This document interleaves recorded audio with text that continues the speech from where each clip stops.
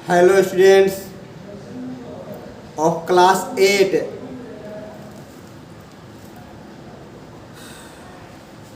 आपको एग्रीकल्चर के जितने भी यानी क्रॉप प्रोडक्शन के जितने भी स्टेप थे आपको थोड़ी बताया गया और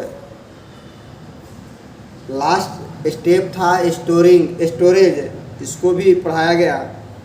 अब आपका नेक्स्ट टॉपिक है फूड फ्रॉम एनिमल।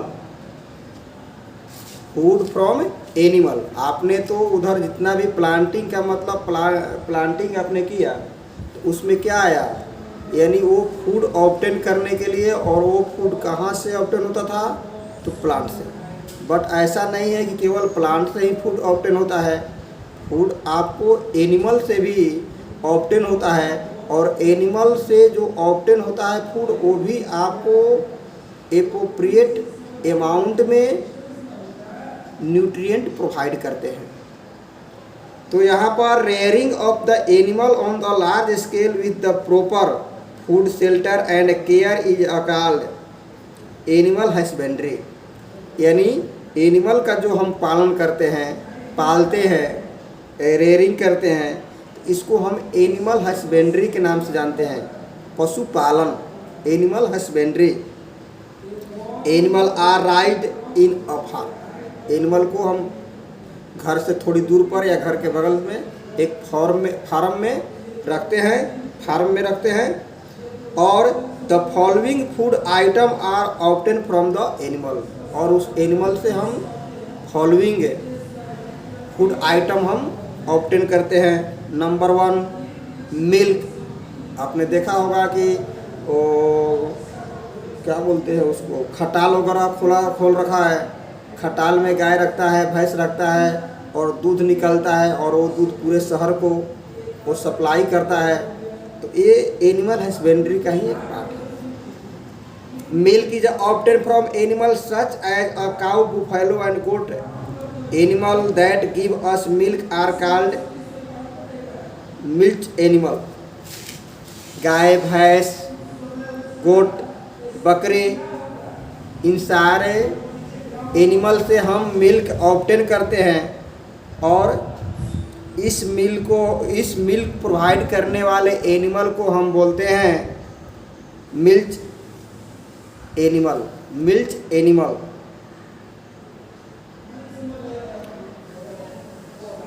अब इस मिल्क का यूज केवल हम पीने के लिए नहीं, बल्कि मिल्क प्रोडक्ट जो डेयरी वाले जितने भी वेराइटी हैं डेयरी प्रोडक्ट इसी मिल्क से बनते हैं, जैसे butter, ghee, curd, paneer and cheese.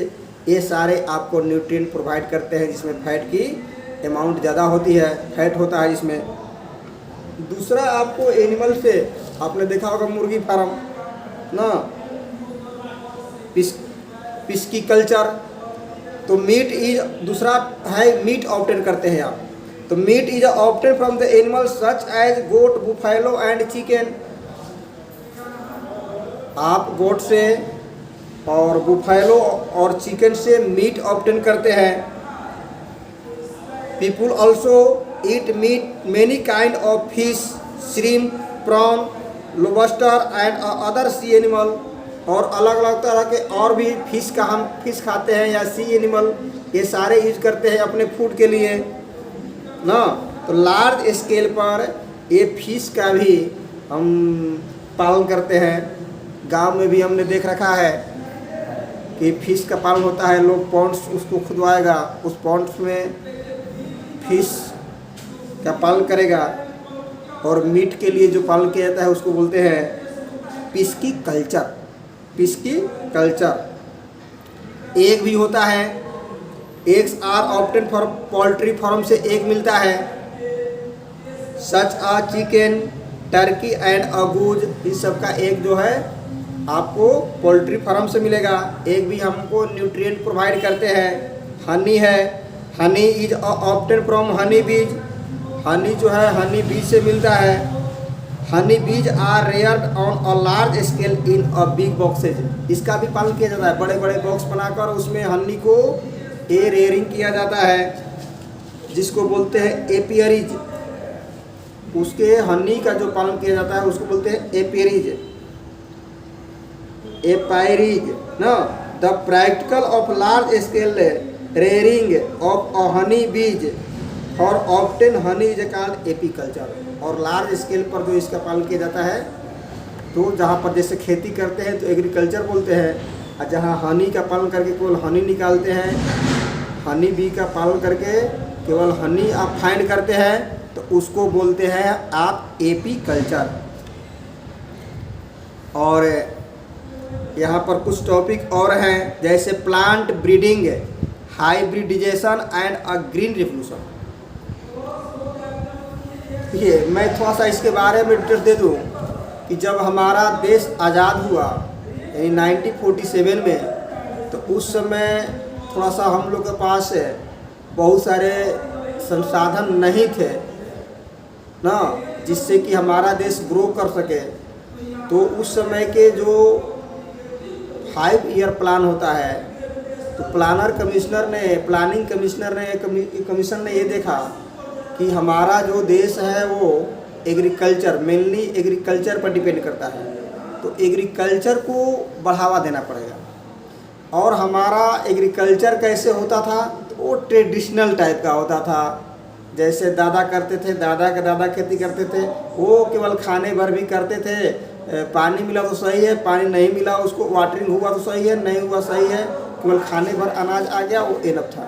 But सरकार ने इस पर पहल किया और गांव में खेती करने वालों को अच्छे वैरायटी का सीड और अच्छा मशीन जिसका यूज करके उसको प्रोडक्टिविटी को यानी क्रॉप के प्रोडक्टिविटी को बढ़ाया जा सके, वैसा मुहैया कराया गया। तो उसमें एक सीड का आया रहा है कि ब्रीडिंग किया गया, प्लांट को ब्रीडिंग किया गया। अच्छे क्वालिटी सीड के लिए ब्रीडिंग किया जाता है कि breeding means of producing of spring, यानी जब सीजन नहीं है तब भी अगर उसको हम ग्रो कर सके। आपने देखा होगा कि जब सीजन नहीं रहता है तब भी हम कोई ना कोई सब्जी खाते रहते हैं, तो ये क्या है, ब्रीडिंग किया जाता है कि ऑफ प्रोड्यूसिंग ऑफ स्प्रिंग, मैंने सीजन में तो होता ही है, लेकिन विदाउट सीजन अगर हम इसको प्रोड्यूस कर रहे हैं तो इसको हम बोलते हैं breeding. Scientist have control the reproduction in plant and animal so that they have required characteristics which make them more useful. उसके सबसे पहले प्लांट और एनिमल के कैरेक्टरिस्टिक्स को स्टडी करते हैं और स्टडी करने के बाद वो ब्रीडिंग का वर्क करते हैं। तो हाइब्रिडाइजेशन, ये हाइब्रिडाइजेशन क्या है, तो is a technique used for developing new variety of crop. Hybridization is a technique used for developing new variety of crop. इसके थ्रू क्या होता है कि नए वेराइटी के क्रॉप का हम डेवलप करते हैं। By cross breeding two different variety, तो डिफरेंट वेराइटी को लेकर हम इसका क्रॉस ब्रीडिंग करते हैं और क्रॉस ब्रीडिंग के इस टेक्निक को हम बोलते हैं हाइब्रिडाइजेशन ना, यानी वर्ण संकरण जिसको हिंदी में। तो इसमें होता क्या है कि 2 क्वालिटी हम चूज करते हैं, वैसा 2 क्वालिटी चूज करते हैं कि एक की क्वालिटी इतनी बेस्ट हो कि अधिक ग्रो करे, और दूसरे का क्वालिटी इस प्रकार हो कि वह एंटी डिजीज हो, एंटी वायरस हो, एंटी बैक्टीरियल हो। उस तरह के 2 प्लांट को करके हम क्रॉस कराते हैं ना, इसको हम क्रॉस कराते हैं। By cross breeding a new variety of a crop can be made to have a desired characteristic from the both parent. और दोनों को क्रॉस कराने से एक नई तरह की वेराइटी प्रोड्यूस होती है ना। और इसके बारे में थोड़ा सा